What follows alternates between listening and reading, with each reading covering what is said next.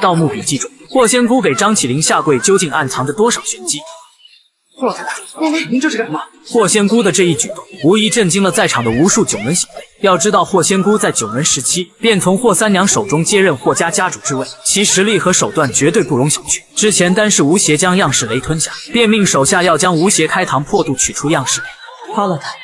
也就在双方打斗过程中，霍仙姑认出了小哥的发丘纸，随后她竟毫不犹豫地给张起灵跪下。但很多人不知道的是，霍仙姑这一跪却隐喻了太多东西。当年张起灵与九门达成约定，帮助九门进入四姑娘山寻找有关长生的线索，九门中人则每年派人轮流守护青铜门。没成想这次行动，九门伤亡惨重，以失败告终，而霍仙姑也在这次加喇嘛中险些丧命。幸亏张起灵及时出手，才将其救下，但老九门却因这次行动失利而全部毁灭，还将重伤失忆的小哥囚禁于格尔木20多年。也是，如果您还记得我，就不会来霍家。而此时霍老太太明知张起灵失忆，仍用最古老的江湖礼数下跪，足以印证九门对张起灵的亏欠之深。这一跪，跪的不仅是小哥对自己的救命之恩，更是九门对张起灵的忏悔与愧疚之情。当初小哥在疗养院被囚禁的20多年期间，被张启山势力当作实验对象研究长生之秘，而九门第一智囊谢九爷则选择与组织他进行对抗，并联合霍吴两家将小哥救出。但让人细思极恐的是，张起灵此时早已多次失忆，不仅被越南人当作钓尸用的诱饵，还被陈皮阿四收于麾下成为阿坤。这些沉痛经历构造出张起灵颠沛流离的前半生，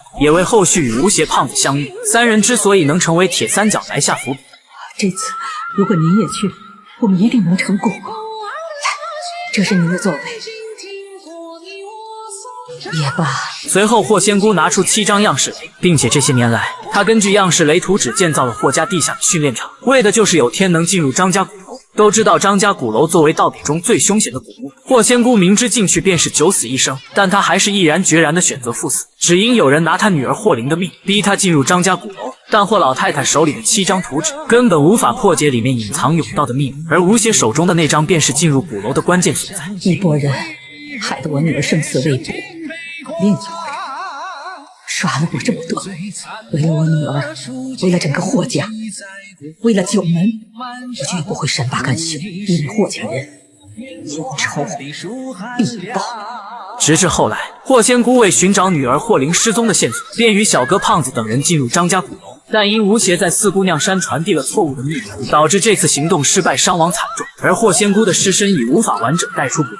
吴邪则砍下头颅交给霍家，证明霍仙姑已死。那时的吴邪因误传密码感到自责，所以试图以最直接的方式传递真相，没成想却加深了霍吴两家的矛盾。此后直接导致霍秀秀与铁三角决裂，而霍家内部争斗也被激化。例如霍有雪试图夺权，并在沙海中一直与吴邪作对，埋下伏笔，同时也为吴邪成为邪帝助力了一搏，促使他更为谨慎地面对九门纠葛与长生迷局。而那个曾经高傲的霍家家主霍仙姑，以付出自己生命的惨痛方式弥补一切。